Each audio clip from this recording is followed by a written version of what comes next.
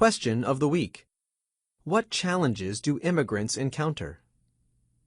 10-Mile Day and the building of the Transcontinental Railroad. Written and illustrated by Mary Ann Fraser. Genre. Expository texts tell the story of an event or a series of events that really happened. As you read, think about how the author arranges the information about the event.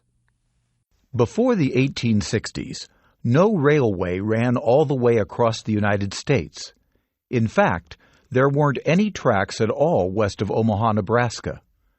But in 1862, Congress passed the Pacific Railroad Act, and the task of joining the coasts by rail began. The Union Pacific team started out building west from Omaha, and the Central Pacific team began in Sacramento, California, and built east. Promontory Summit, Utah, was chosen as their meeting place. When Charles Crocker, the construction boss for the Central Pacific, learned that the Union Pacific had set a record of a little more than 7 miles of track laid in one day, he claimed that his men could lay 10 miles. The president of the Union Pacific said it couldn't be done, and offered $10,000 extra to the team if they could succeed. Early in the morning of April 28, 1869, Crocker and James Strobridge, his right-hand man, called for volunteers for the difficult task ahead.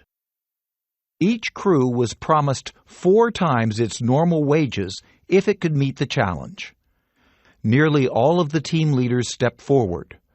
1,400 of the Central Pacific's best laborers, both Irish and Chinese, were selected out of the almost 5,000 volunteers. At 7 a.m., all eyes rested on Charles Crocker as he steadied his horse beside the grade. The crews knew it would take 16 railroad flat cars to carry everything they needed to lay 2 miles of track. 5 trains, each made up of an engine and 16 flat cars, now waited. Some stood at the end of the rails, and others were parked on the sidings, the tracks built beside the main road.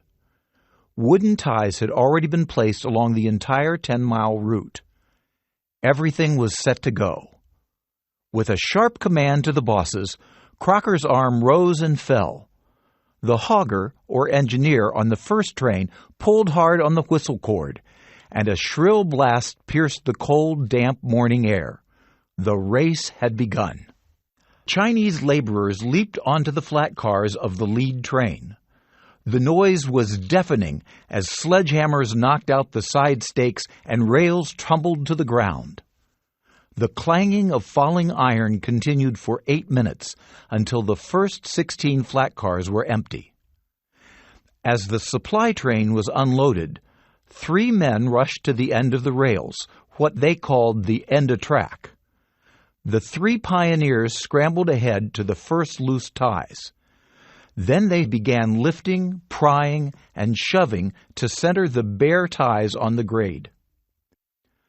The emptied train steamed back to the siding, and men hurried to load iron cars with exactly 16 rails and 32 rail joiners, or fish plates, each. A crew of 6 Chinese workers and an Irish boss hopped aboard. To the right of the track, 2 horses were hitched by a long rope to an iron car. With a yell from the boss, the horses lurched against their harnesses and the cars rolled forward on the track. When the iron car reached the end of track, a wooden keg was smashed over the rails. The iron car rambled ahead as new track was laid, spilling spikes through the open bottom and onto the ground where they could be used. Dust clouds choked the air. With the iron car moving steadily along, 8 Irishmen lay rails just ahead of its rolling wheels. These iron men were Michael Shea, Thomas Daly, George Eliot, Michael Sullivan, Edward Killeen, Patrick Joyce, Michael Kennedy, and Fred McNamara. The 4 forward men seized the 560-pound, 30-foot-long rails, while the 4 rear men slid the rails to the rollers on each side of the iron car. The lead ironman ran forward. "Down!" shouted the foreman. With a loud thud, the iron hit the ties within inches of the previous rail. Without a moment to rest, the 8 ironmen went back for more. On average, 2 rails were laid every 20 seconds. While rails clanked to the ground, the Chinese crew from the iron car loaded fish plates, nuts, and bolts into baskets attached to poles slung over their shoulders. Then they sped up the line, tossing out ironware every 10 yards. Where rail ends met, another team fastened the fish plates loosely with nuts and thrusting bolts. When each handcar was unloaded, the horses were detached from the front and hitched to the back. At a gallop, they hauled the empty iron car back to the supply dump. If a returning car got in the way of a full iron car, the empty one was flipped off the track until the full car passed. Nothing slowed the flow of supplies to the end of track. After a track gauge team measured the rails to ensure they were exactly 4 feet 8 1/2 inches apart, the new American and British standard, the rail ends were loosely fastened with fish plates. Next came the spike setters. Each man picked up one of the spikes lying scattered beside the roadbed, then quickly set it in position with 2 hits. Another gang of Chinese followed. With 3 blows from the maul, each spike was driven home, securing the rails to the ties. Some crews had marvelous names. Fish plate men tightened the nuts on the thrusting bolts with long-handled wrenches. Gandy dancers, or track liners, aligned the rails to the ties using massive track bars. A foreman would sing out a simple tune with a strong beat. Like the crew on a rowboat, the Gandy dancers would all push together on the final beat, aligning the rails. Following close on their heels, a surveyor directed a rail gang that lifted the ties and shoveled dirt under them to keep the track level. The last and largest special work team included 400 tampers and shovelers. They used crowbars, shovels, and tamping bars to pack the ground around the rails. The crew formed 3 long lines, one on each side of the track and one down the middle. Each tamper gave 2 crunching tamps to the gravel or ballast before moving on, while shovelers filled in where needed. From the first pioneer to the last tamper ran a line of men nearly 2 miles long. Like a mammoth machine with hundreds of well-oiled parts, Crocker's men moved rhythmically forward. The ribbon of track rose across the plain at the pace of a walking man. Tired workers were pulled from the line and replaced, but many, including the 8 ironmen, showed no signs of quitting. Alongside the grade, the telegraph construction party worked frantically to keep pace with the track layers. They set the poles, hammered on the crossbars, and hauled out, hung, and insulated the wire. The track boss stalked up and down the line, barking out commands and encouragement. The steady hammering of spikes, the rhythmic thud of iron rails, and even the men's labored breathing beat like a drum across the barren plain. A reporter pulled out his pocket watch and counted the rails as they were laid down. To everyone's amazement, 240 feet of iron were placed in 1 minute and 20 seconds. By 9 a.m., almost 2 miles of track had been spiked and tamped. Even the Union Pacific men who had laughed at the Central Pacific crews had to admit it was quality work. Water, food, and tool wagons creaked up and down the line as the heat rose with the morning sun. Chinese workers wove in and out of the men, delivering water and tea to quench their thirst.